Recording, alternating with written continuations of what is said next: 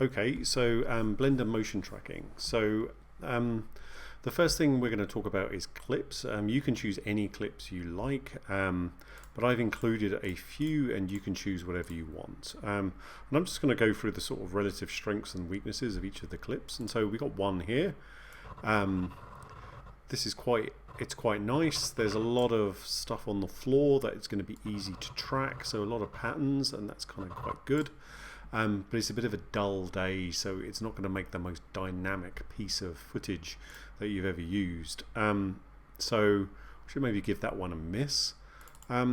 This one is quite good. You're going to have to do quite a lot of editing to get it good, but it's a nice bright sunny day. We can see where the sun is coming from, so it's quite nice to kind of place a 3D object in. And there is some trackable stuff, but I think that we're going to have to do a lot of editing, and also the camera's moving a lot, so we're not going to get the best track in the world.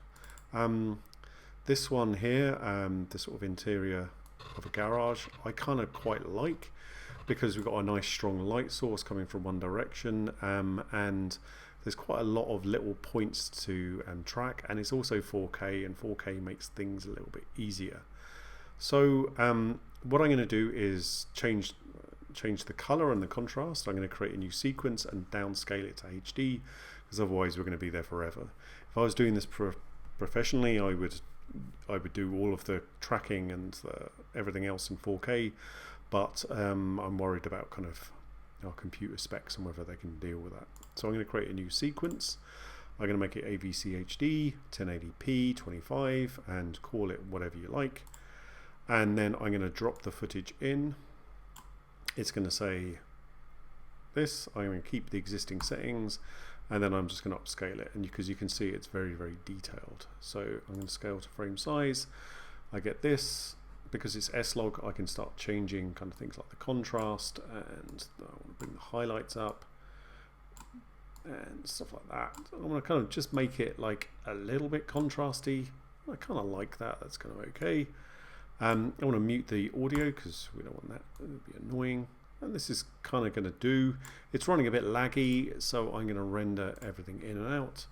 Because it's 4K, it's going to be a little bit slow.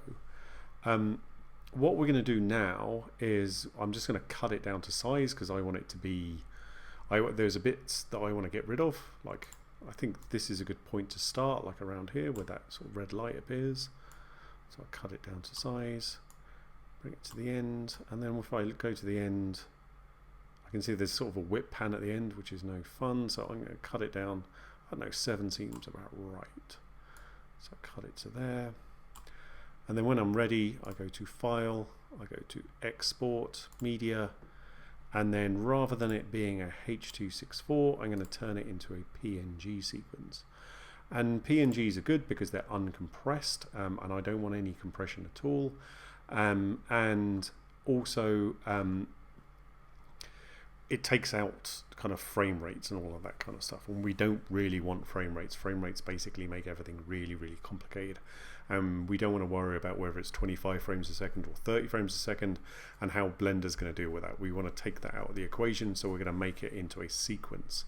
And so call it whatever you want, put it in there. I've already done this, but it's just like rendering a movie. It will take a while because you're generating a bunch of stills. Make sure you have space on your computer, and then you are all good to go. And that's sort of part one of motion tracking. So I'll stop the video now.